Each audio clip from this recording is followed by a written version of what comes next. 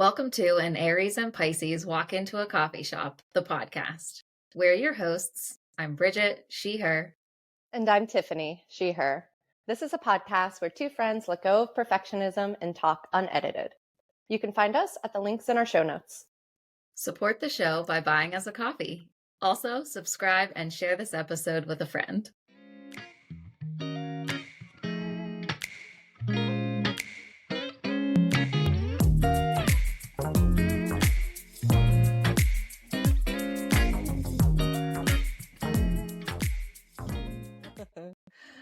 Hello. Hi. I like that, determining when we're ready to start recording, and neither of us are ready, so watch this. I'll just hit the record button. Let's see what happens. Let's see what happens. Welcome. I mean, that's the whole mission statement, right? Yeah. Mm-hmm. Yeah. Do you want to know what made me laugh? Just a little bit before this. Yeah. I have been practicing, what do I want to call it? Whisper screaming. Tell me everything. So I feel like I just feel like there's a lot going on in the like midsection of my body. Mm-hmm. And my go-to move is I try to like acknowledge it and be like, okay, I'm feeling something in my body. And then I switch right to like, okay, I've acknowledged it. That's enough. Bye. Like, we're done here. And so I'm like, wait a second. Nope, that's not actually like, I know that one. feeling it and like letting it be there.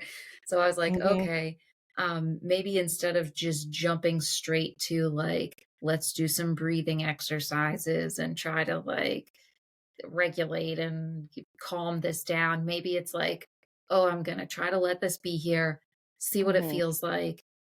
And I've been trying to practice it without putting like words and labels on it, like just feel it and just what's it feel like? What's it feel like I want to do? And I was like, well, maybe it feels like I kind of want to like scream. I've got kind of like that kind of energy.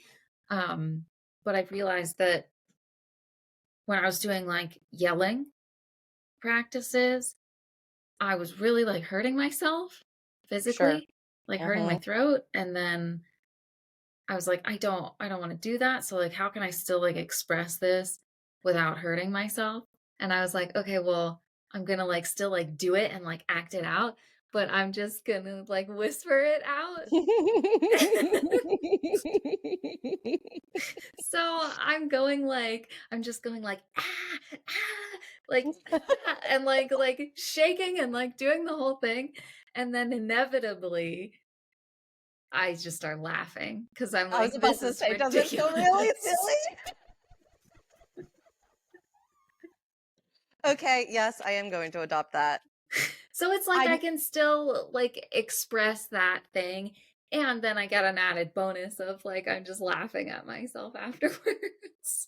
Yes, that makes a lot of sense. I'm a big fan of laying on the couch and then kicking my feet into the cushions really hard, like I'm a toddler. Yeah. I've done that a lot during breath work too. Like, there's certain points where and I think it's similar. I think it's also in my torso. There's just like something like, yeah, somewhere in that central that just feels really dense and stuck. And then I'm just like, also, I'm not good at not labeling outside of breath work. In breath work, I'm able to like just be like, well, what does my body need to do about this without having to put labels or overthink it. But I haven't quite figured out how to translate that consistently outside of that space. So thank you for saying that. I'm going to try. But yeah, the toddler kicking is really helpful. And now I think I'm going to do the whisper scream. Because like I live in an apartment, so there's times where I really feel like yelling and then I like get too self-conscious to do it. But like that feels like a really lovely act out that could help. And 'tis the season, because like I'm feeling like fire magic big time. Ooh. Like for the last like couple of months for sure. Oh, Happy Beltane. It is a Oh, fire. thank you. Thank you. Same to you. Yeah. That's a fiery thing. I don't know much about it.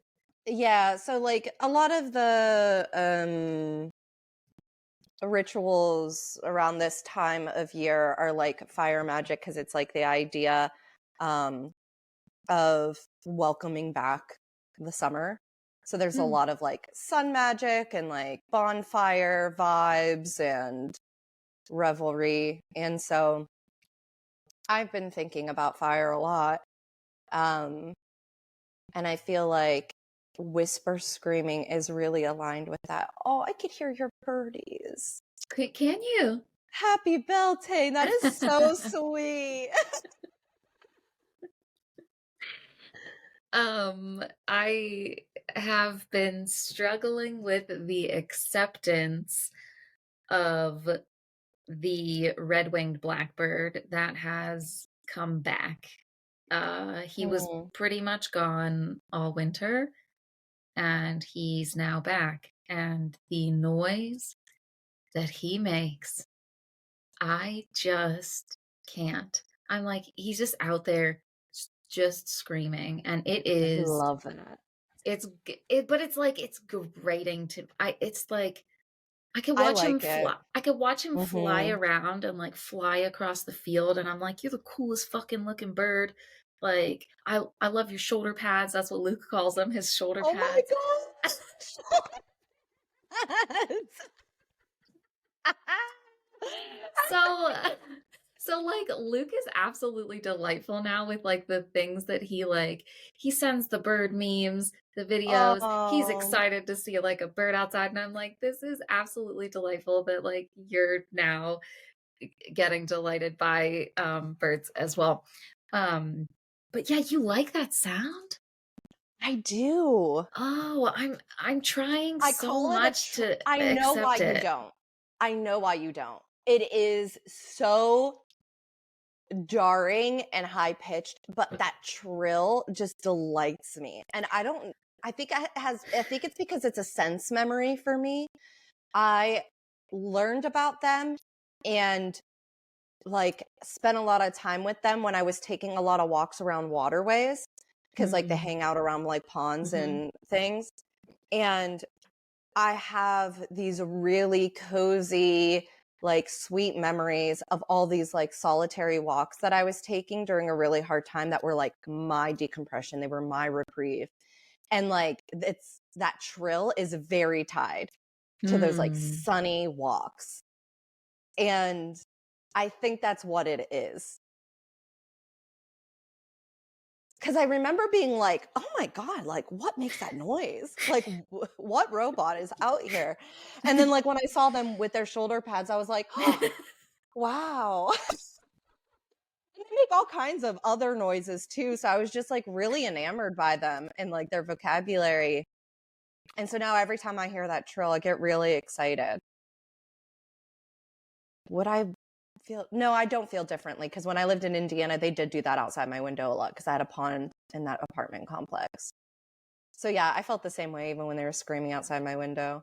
But again, tied to the sense memory, which I think helps. I'm gonna try to adopt that. Good luck. Thanks. Thank you. My pleasure. Yeah, Oh, maybe that'll help. Did Ingrid come over? I've been watching her have hanging out back there. yeah, she just came over. Do you want to say hi? Ooh, ooh, maybe. Nope. She didn't really want to say hi, but here she Oh, hi, is. Ingrid. Saying hi anyway. She's like, okay, Pissed. okay, okay, I'm out of here. But she's not. She's just trying to figure out how to get cozy next to me. She just didn't want to be picked up right now. That's a good cat. Makes sense. She's been extra funny because now that the weather's nicer, the neighborhood cat's been very active. Mm. Um, and she just loses her mind over that neighborhood cat. Like darts from window to window, depending on like where he's going. So she just keep an eye out. Oh, we just saw a new cat out back the other day, and uh, we were like, "Oh my god, don't let Chloe see it," because Chloe Oh hates no. cats. But it just kind of like came and went real quickly, but it was very cute. It was Mm. like dark gray with like tiger stripes or something. Like it was cool looking. Oh, sweet baby. Haven't seen it before. And, I'd love to see it more, but also for Chloe's sake, I don't ever want to see it again. Yeah, I was a little worried how Ingrid was going to do because in the past, when there was a neighborhood cat, when we lived like on a first floor, she lost her mind. Like she was knocking over stuff. She busted through a screen once. Like she was livid about that neighborhood cat. But so far, she hasn't like caused a lot of destruction. And I think it's because we're higher up. Mhm. So like she's very interested and clearly like she does seem a little agitated, but like in a way that doesn't seem like it's going to cause too many problems. Mhm. We'll see. Mhm. I don't trust Maybe you. what if you get a cat stuffed animal, like a dummy, and then Try to like train her that it's okay. oh no, I was gonna say so that she could beat it up. Oh, that's right, because Chloe's the enforcer. But also like so the enforcer is small. I'm wondering like what would happen if I gave Chloe a life size thing that she could like kick, you know? Yeah, that sounds like a really good enrichment activity. Would you like that? Do you want to commit murder? Cats are so cute when they murder. Yeah, but only stuffed animals, Well, right, yeah. not actual murder. But like, isn't it so funny how different the context is? Because it's like a Yeah. stuffed animal, and you're like, oh my God, that is so precious. And then if it was an actual animal, just a horror show of Yeah, we not talk the we entertaining talk kind. about that all the time. Yeah. So yeah. Uh I have so many things that I want to talk to you about, and what's coming to mind is stuff that I want to just talk to you about in private. Happy recording day. So let me see if I have anything in my podcast notes.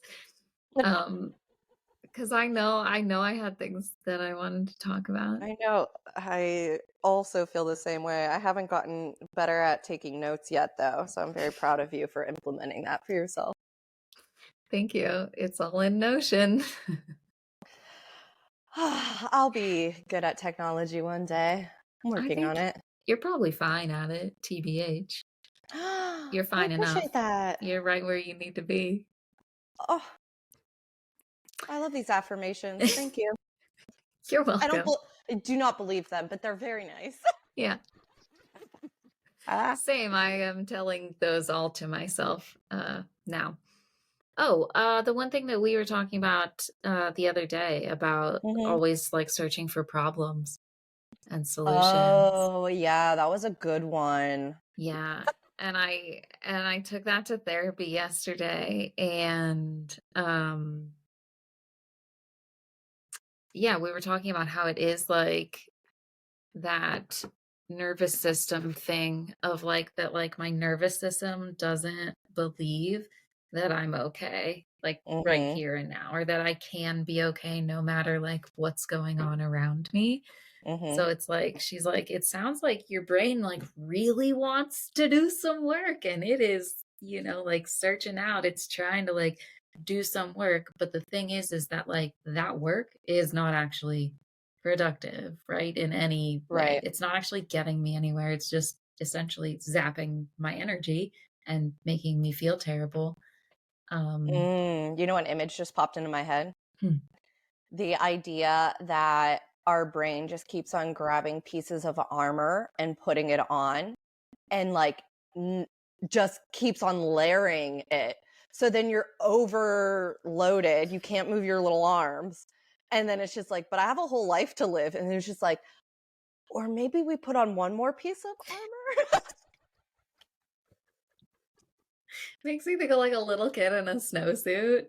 Just Yes, like that vibe, except with metal clanking yeah. everywhere, Yeah. and you can't but similarly, you can't breathe and you can't move. You're not having fun Yeah. Mhm.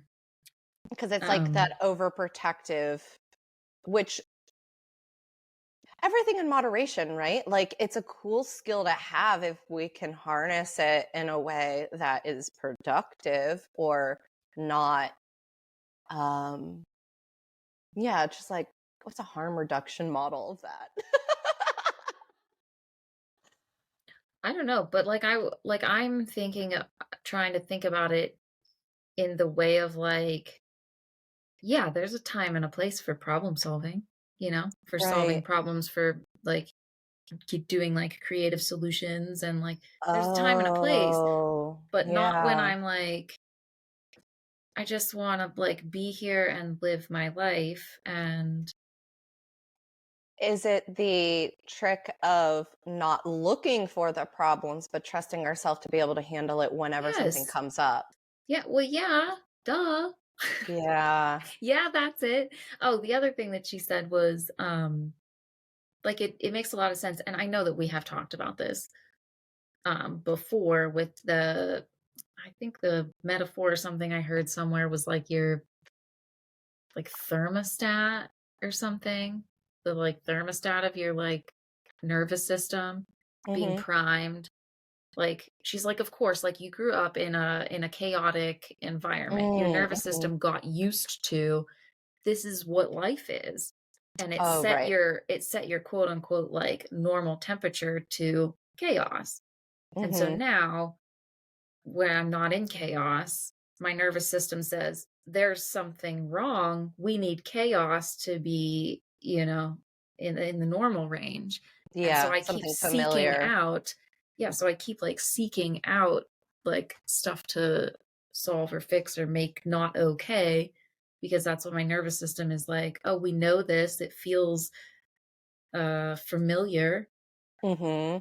and it wants that familiar, but I'm in the process of teaching it that, right? Like expanding my window of tolerance, right? And like that is not actually like normal beneficial place to live your life out of a chaotic and fearful worrying Mhm. state, right? So like we I can be okay and not continue to like seek these things out, but it's like teaching my nervous system that. Like get that on board. I'm like, I've got it on board up here. I've got Yeah, it. the Like I'm good. cognitive. Yeah. Like come on. Get the rest of me online.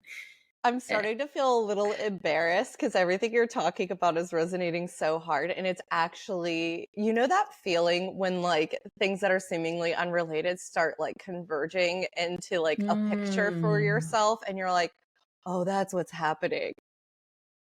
So I also cognitively know that I don't need to seek out issues and that like I'm also trying to increase like my capacity for the unfamiliar, which is peaceful because I Mhm. don't know what that's like typically. And I, on one hand, have been like cognitively feeling proud of myself because I feel like I'm doing a good job in some ways. But then these weird little things were happening lately. And now it's kind of coming together where I'm like, well, of course. So I had a really horrendous, like post apocalyptic nightmare last night. And I haven't had one in a while. And I was like, oh, that is so strange. Like that came out of nowhere. But as you're talking, I'm like, no, it didn't come out of nowhere. Yesterday, I had no actual plans for the evening. And I had to work through like a panic after work. I was just like, now what do I do with this day? Because I allowed myself to not schedule anything. I didn't have anyone to call. I didn't have any projects. Like I just was like, I'm just going to live. And then it happened, and I was just like, I don't want to just live. I need someone to help me out here. And I lost like hours of my evening because I kept on getting stuck in freeze because like transitions are hard. So I was like, well, I don't know what to do. So I'm just gonna sit here Tiffany. while burning Yeah. through energy because I'm like, well, I don't want to just be sitting here. but I Yeah. couldn't not just sit there. And like, it ended up being fine. Like, you know, I got off the couch eventually and I did like some stuff and I cooked for myself and I had a phone call and like, it all felt really nourishing and lovely. But like, I was like, oh, we have to learn how to not have unscheduled time because that doesn't feel safe. So I was like, okay, Mhm. good data. And then I had that nightmare and I was like, oh, that's so weird. I wonder where that came from. It's like you stressed your nervous system out by giving it a break. Isn't that the kicker? Like, what? Oh. Yeah, what you just described is something that I've been working on, I'll say for some years now. It's that like evenings and weekends are so hard for me. I have Mm, the hardest time because I'm like, I don't know what to do with myself.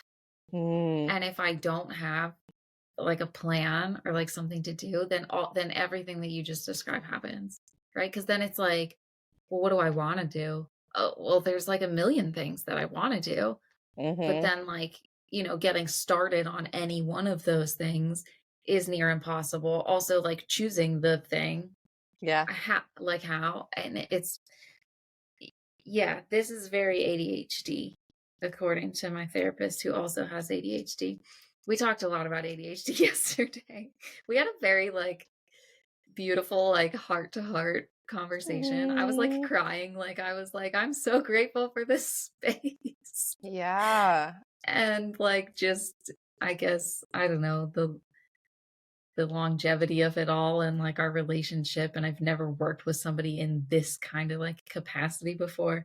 And it was just cool cuz like she was sharing so much about her experience, like how her brain works in these like situations and stuff, and it was just so I was like, I'm so glad that this is something that I do for myself. Yeah.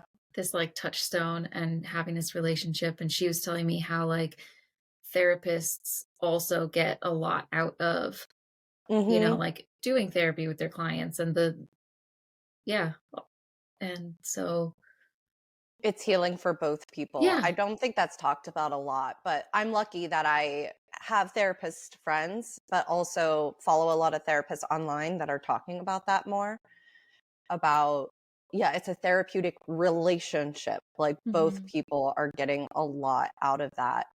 And I wish people did understand that more because I think that it would dissolve some of the stigma around getting therapy. Mhm. Because like one of the common things I hear from a lot of people are like, oh, I don't want to like pay someone to like listen to me. And they're like not realizing that that's like not what you're doing. Yeah.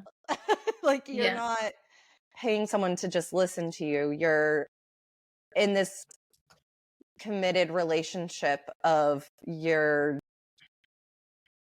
healing things through the relationship Mhm.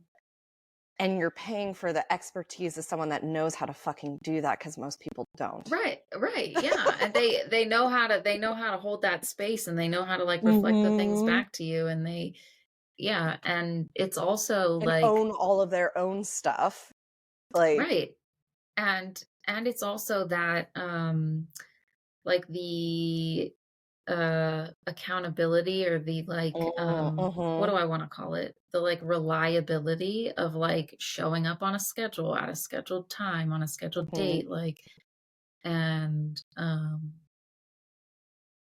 yeah, like the one thing that was saying was that, like healing happens in community, right, right? Like we are not meant to try to go through all of this stuff on our own. We're meant to do it together. right. Like I'm pretty sure you and I say that often too. Thanks for being in this with me. Yeah. Don't know what I would do otherwise. I know. Uh yeah, I don't know where I was going with that, but Well, you were talking about how great it was to have that space with that therapist that you were able to commit to doing that for yourself and also with someone it sounds like that really understands what you're going through. which I think with like the neurodiversity of it all is really important, because I've definitely talked to people who maybe have like an understanding of certain things, but they don't have the lived experience. Mm, And there is a difference. yeah. Yeah. Like, it's just fact. Like, they could offer all of the empathy or understanding or reflection they want, but having someone that really gets it because of where we live and how, and like the obstacles, like it just hits different when Mhm. someone like really understands what that can be like. Mhm. Yeah, I felt like there were, like, points yesterday where it was like she was saying something and I was like, "Oh my god." It was like you and I were having a conversation of like, "Oh my god, like, why do we do this?" Like, "What?" Like and it Hmm. was just for me to hear that, from, like, a practitioner Yeah. standpoint, like, I've never worked with somebody in that way before of like, "Oh my god, your brain does that? Like, Hmm. what?" Like, and I'm like, "Yeah, my brain does that too." It gives you permission to like embrace your full humanity. Where it's just like, oh, this person that's like trained and a professional and works in this field, and like, if you're me, I have the inner critic voice in my head that says I should know better. Mm. And so then when I like see someone else that I have like this authority or like expertise attached to that should know better, and they're just a human like the rest of us, it like gives me permission to also be a human. Where I'm Mhm. like, oh, right, perfectionist inner critic. That motherfucker doesn't know anything. That's made up. Mhm.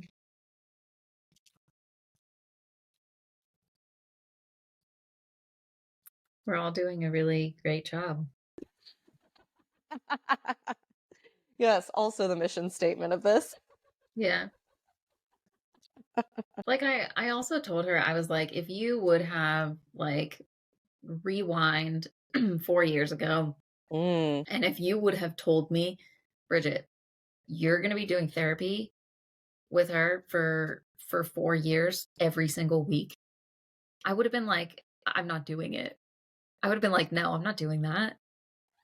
Like, because I think I was also holding in my head that, like, I've never worked with somebody for that long. Like, yeah, I maybe a year and a half.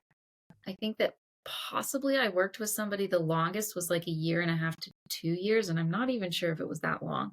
yeah. And so I just didn't see it. Like, I was like, I know why I'm going into therapy. I knew what I wanted to work on. I knew what I wanted to like do. I wanted to do EMDR and I was like, I'm going to do this. And then, probably like, I'm just going to do it until I don't like need it anymore. And in my brain, that was probably like a year tops. Hmm. And I think I was like carrying that through of like, I shouldn't need this much therapy or like Hmm. but now my whole mindset is changed of like you don't just quote unquote need therapy for like if you're going through a really hard time. Like it's also very useful in as like a touchstone, as a healing in community, right? Like having this Hmm. relationship, being able to work through things, being able to celebrate really great things Yeah. that are happening with Hmm. somebody and building that relationship and like that is all part of it and I didn't understand any of that Right. and like my therapist was telling me she's like yeah my therapist she's like I plan on seeing her until she retires on this regular Aw, interval that I ever she's like I'm not trying to like get like stop this anytime soon because like I do this as like so this is my self-care and I was yeah. like wow this is a really Mm, great way to look at this and also for me to be like I didn't realize I was holding those like stigmas and stuff in my head this whole time too, and Uh-huh. then, like, feeling bad that I'm like, "Why do I go to therapy every week?" For 4 years, I was like, "What's wrong with me? Am I ever gonna be okay?" And then I'm realizing that, like, that's not the issue. That's not the thing. Like, yeah, That's societal that's not stigma. it. Yeah. Like, that like and yeah, and I think that that's probably why I was crying so much because I was just like, I am just so grateful that I do this for myself and that I've found, that like this works for me and I look forward to it every week. And I know it's always going to be there. Mhm. Yes. I also had to go through another round of realizing how deeply rooted those stigmas and, like, I mean, I don't know about if this resonates for you, but for me, it was definitely like internalized ableism, where I really had to confront it hard, where I was just like, because cognitively, I don't think that. And I wouldn't say that to someone else. But then for me, when I had to seek out even more support, and I had this thought of, I shouldn't need it. Like, Mm. how sick am I that I've needed this much support already and it's still not enough? And like going down the hill of judgment and then just being like, oh no, like that's all in here. Okay. Like, I didn't know. Yeah. Yeah, it's like I keep like opening these little like doors and windows and I'm like, "The fuck? Like you're in there too? Like what?" I Mm-hmm. yeah. Oh, we cleaned house.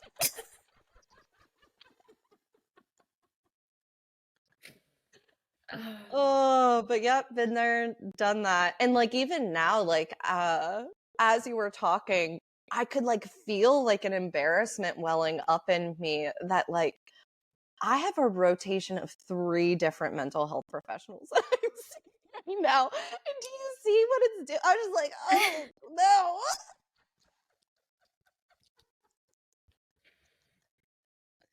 But I need them. Yeah. I think also too this goes into stuff for me with with business with like having your own business and I mean even just in like personal life of that like Mm, we are not meant to do this all alone and to right. do everything and like that's where it's helpful to ask for help. Yeah, and then, like, I Like mean, talking about diversity and, like, neurodiversity, you also need different types of help and yes. different types of perspectives. Because, like you Yeah. said, like, it opens up little windows and doors when you have that, variety of perspectives, like, mm, I used to call it, like, borrowing someone else's lens, where, like, I'm Mm. like, "Oh, how do you see things?" And kinda, like, peer through, like, and try to understand how someone else might see it.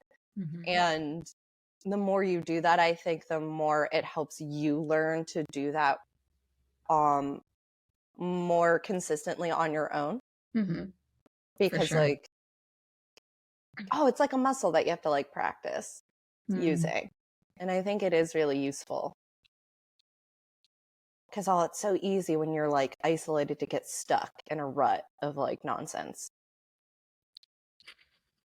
Nonsense. Yeah. I mean, That's I guess all that's all that life is, I think. It's just well, I was gonna nonsense. say maybe I should speak for me, but like in isolation, I don't come up with like the right answers. Like Yeah, the no. depression voice gets loud, Yeah. the inner critic starts popping off. Like it's a lot harder for me. Maybe there are people out there, I'm sure there are, that do great on their own. Some people probably even do better on their own, depending on the environments they're in. That wasn't me.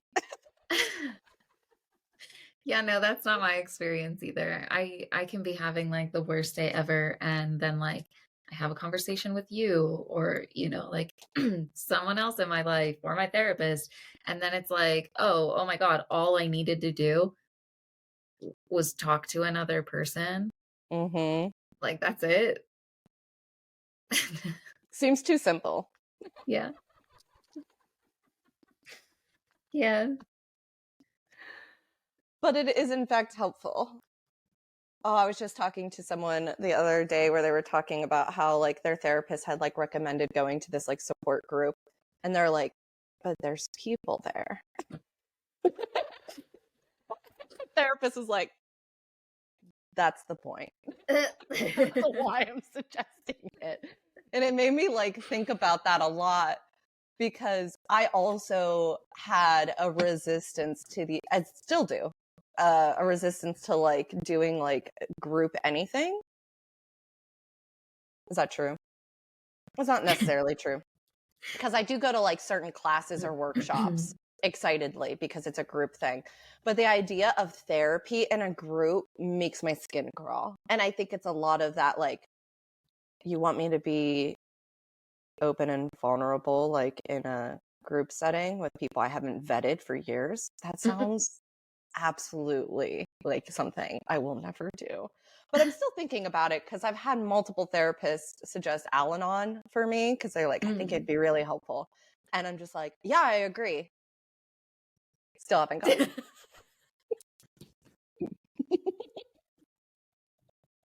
Yeah, I agree. Peace. Yeah. Okay, in my defense, though, I did try Codependence Anonymous based on a recommendation of a trusted person. And I did glean some things out of it. And one of the last things I gleaned is, I don't want to come back here. Oh my God. Did you go to one in person or online?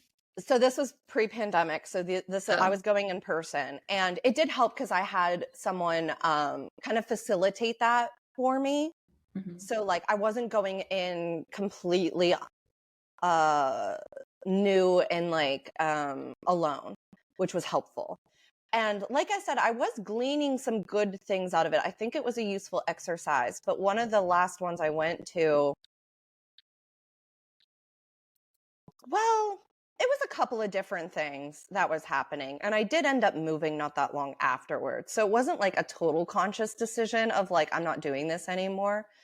But I was just like, am I really, how do I want to put this? I think it would be different now that I'm in a different headspace. I think it would be more useful. But at the time, I was feeling so overwhelmed, and my self-trust had been so eroded. And now that I'm talking about it, it was a fucking good experience. God damn it. Because there was a moment where someone in the group, after it ended, like came up to me to chat and kind of offered their 2 cents, which within the structure of the thing isn't really encouraged. But we were like dispersing. So he kind of inserted himself a little and like overstepped and like offered me like, well, based on my experience, blah, blah, blah, blah, blah. And immediately in me, I was like, fuck you. I don't want to live your life. I've been listening to you talk for weeks. And like, I don't want any part of whatever relationship you're trying to have, because you're toxic as fuck.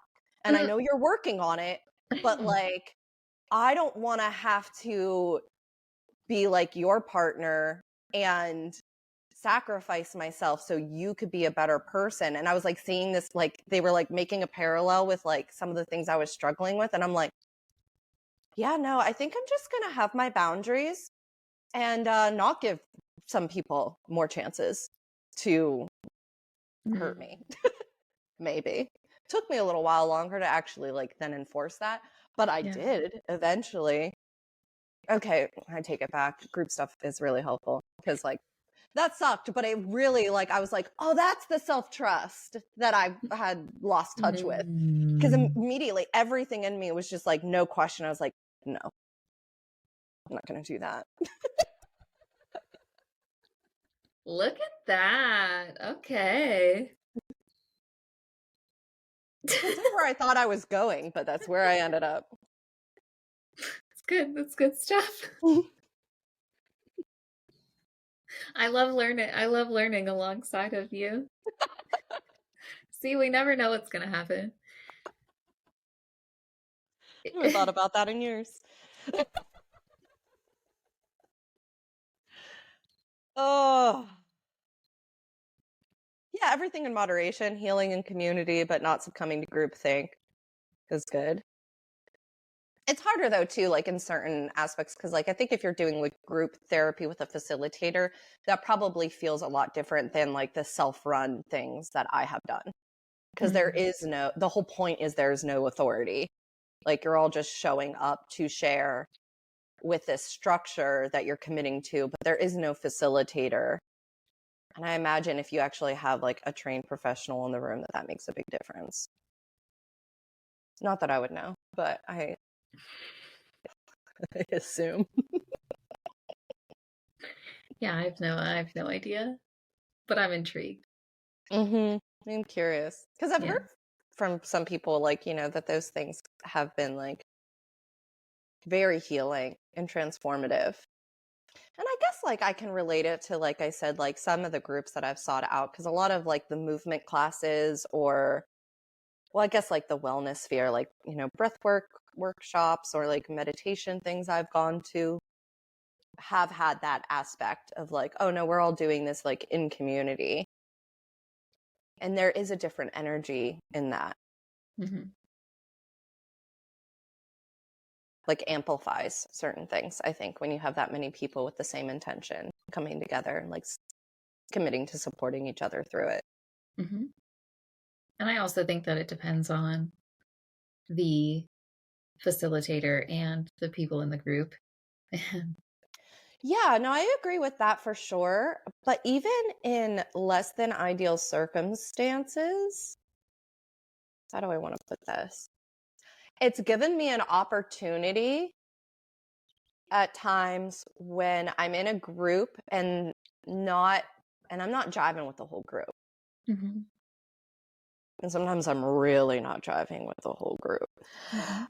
And yet, especially if the facilitator's good, it doesn't matter. And that's been really cool for like my codependent people pleasy aspect, to be like, oh, this person's having this experience over here and has nothing to do with me, and it doesn't have to Mhm. affect my experience. Yeah. And that was a really cool lesson too. But that was with an incredible facilitator. And I think I felt very held and like I was safe to not have to worry about certain people's experiences, Mhm. either affecting or like I didn't have to take care of them, and I could just focus on me because I knew the facilitator like was in control. That's not the word I want. Supportive? Supporting? Yeah, like Kind of? able to manage and navigate Yeah. that. But I was really surprised because I went into certain things thinking that I wasn't going to be able to go as deep as I wanted because of the dynamics in the room, and then was really surprised that I was able to, because I found some boundaries. We're just like, oh, that's Mm. yours. That's not Mhm. mine. I get to Mhm. have this whole thing, and what you think about it or you being in the room isn't going to affect it. Mhm. And that was really cool. My brain is putting this parallel together between this part of the conversation and the earlier part of the conversation where we're talking about essentially feeling like we're not in control and have to control the situation by like looking for problems and things to solve. Mm-hmm.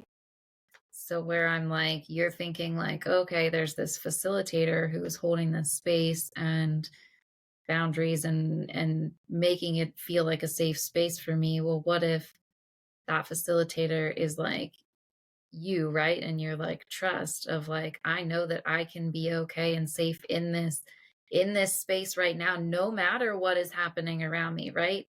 No matter that other person that's in the room, that's their experience. No matter the dishes that are on the counter, that's what they are. They're just there. I can still be like me and safe and fine and okay where I am, no matter that. That's how that translates to real life, the mundane. Holy shit. Okay. That's why I'm so uncomfortable when I'm trying to be in spaces that I'm uncomfortable in, because I don't trust myself to facilitate for myself. Mm. It Yeah. all comes back to that self-trust, doesn't it? God damn. Oh, I needed this pep talk. Wow, This so is did I. very timely. I just got a Yeah, bunch of chills. I me just got a bunch of too. chills. So we can look at it as like if we Mm-hmm. feel like we need an outside thing, you know, to be like, Mm-hmm. I'm safe, whatever, we can look at ourselves as that facilitator and be Mm-hmm. like, I can trust myself that I can handle this because that me facilitator can handle it. And so I'm like, okay, I'll trust in her, I think. We'll go with that. Instead of feeling like it's all like on me and I'm out of control. I can kind of like use myself as Yeah. a, I don't know, archetype or whatever, right? Like we were talking about before. Right. Oh, and it's like a double-edged thing because not only is it trusting yourself to take care of like your experience and what you need, but also trusting other people to be able to handle their thing without you having to like facilitate for them. Mhm, Because I think there's that part that's the old people pleasy thing where I'm just like, mhm. oh, should I be doing something here?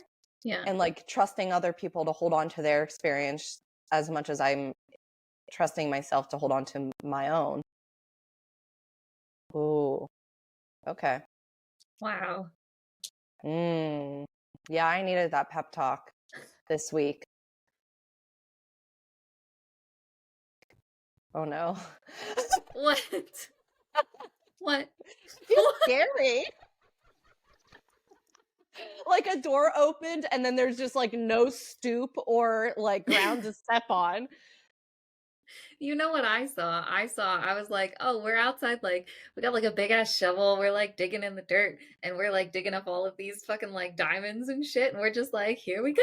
Like, Diamonds and shit. Ah. Yeah, that is how it feels. You're right. like, Okay. we don't know, we don't know what we're gonna find in there, and we're finding some Mm-hmm. cool ass shit. Oh, so I have to like be responsible, huh? Yes, I am I'm learning that I have a thing on my board here. It's been here maybe all year. But it's like I'm proving it to myself, underlined, that I'm capable of, and then the rest of it, and like being responsible.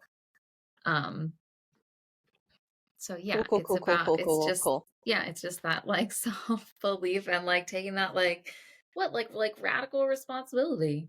Yeah.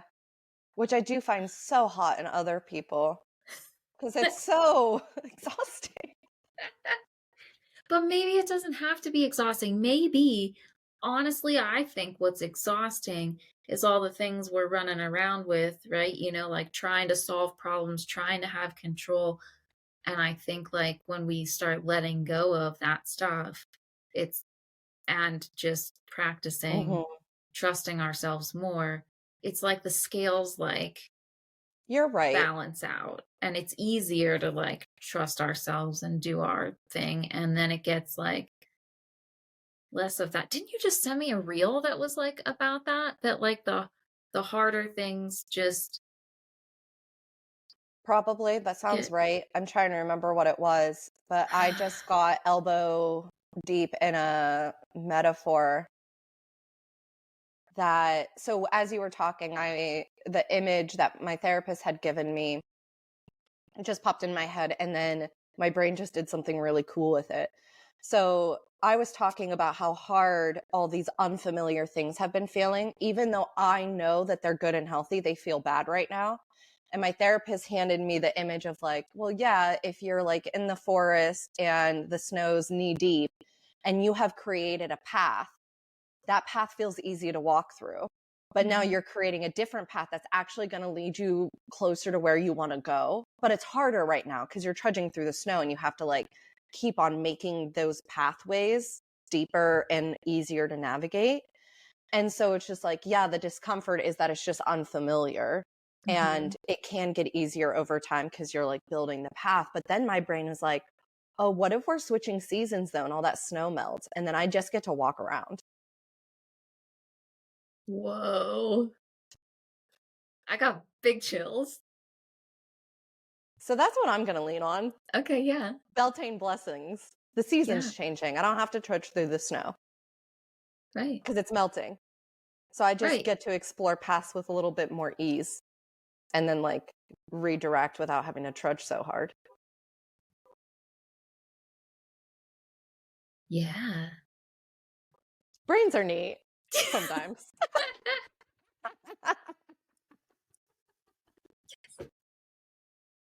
We're doing a good job. We sure are. There they are, the celebratory fireworks.